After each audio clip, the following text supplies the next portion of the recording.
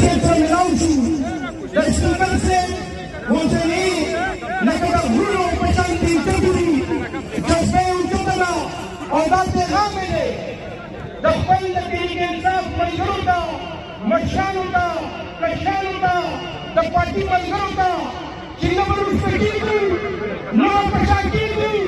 نه به یېرېږو او د عمران خان د جنګ د آیین بندوبستي او د قانون حکمراني دا به انشاءالله سرته به رسوو انشاءالله رسوو به ترې انشاءالله. زه د خپلې خبرې ختموم په د هغې مخکې یو دوه خبرې صرف کول غواړم. یو د ټولو نه اهم خبره دا ده چې یو دوه ورځې راسې په سوشل میډیا باندې په میډیا باندې یو غوبل شروع دی او هغه غوبل دا دی چې زمونږ د پارټي یو مشر د زمونږ د ریژیم سره عاطف خان او بیا زمونږ د ضلعې پېښور تنظیم د هغې بایپاس یې کړل او په پېښور کې یو جلسې اعلان وکړو خو زمونږ هغې ته صرف دا وایو چې په پارټیانو چې کوم دي هغه په ډسپلن باندې چلېږي هغه په تنظیم باندې چلېږي او هغه تنظیم چې کوم د 9 مهینه پسته لکه د غر په شان کې ولاړ دي جیلونه یې برداشت کړئ عدالتونه یې برداشت کړئ تڼۍ یې برداشت کړئ او هر یو تکلیف کې چې کوم دی هغه بیا هم ولاړ دي نو د هغه خلکو قدر کول دي د هغوی خلاف خبرې په هېڅ صورت باندې موږ نه برداشت کوو همداسې نه کوي انشاءالله تعالی العظیم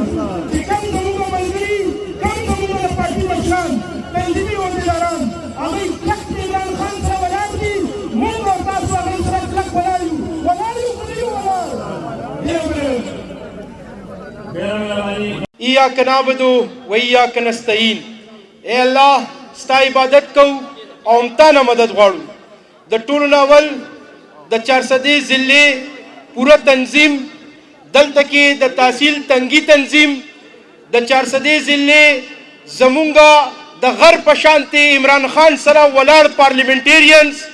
زمونږه نور ورکران هغوی ته هر کلی ویم هغوی شکریه ادا کوم چې هغوی په 400 کې دا دریم څلورم پروګرام دی او هر پروګرام د بل پروګرام نه چې کم دی ښه مضبوط او ښه غټ وي. بیا زمونږ نه د ملکند نه زمونږ سابقه صوبایي وزیر ډېر دروند خوږ مشر چې هغه په دې تحریک کې ملکند دې تر اوسه پورې په ټوله صوبه کې په ټاپ باندې چې روان دی نو زمونږ شکیل خان ته د خپل د ټول ملګرو له طرف نه خراج تحسین پیش کوو چې تاسو د عمران خان نظریه د عمران خان دا جنگ د عمران خان د آیین بالادستي او د قانون حکمراني دپاره چې کم منډه تړه او کمې قربانیانې تاسو ورکړې د هغې مثال په تحریک انصاف کې نه ملاویږي. ملګرو نن په مردان جیل کې سپیکر صاحب سره ملاو شو. د سپیکر صاحب حوصلې لکه د غرونو په شانتې اوچتې دي جذبه یې اوچته ده او دا پیغام یې دی د خپل د تحریک انصاف ملګرو ته مشرانو ته کشرانو ته د پارټي ملګرو ته چې نه به وروسته کېږو نه به په شا کېږو نه به یېرېږو او د عمران خان دا جنګ د آیین بالادستي او د قانون حکمراني دا به انشاءالله سر ته به رسوو انشاءالله رسوو به که نه انشاءالله. زه د خپلې خبرې ختموم خو د هغې نه مخکې یو دوه خبرې صرف کول غواړم. یو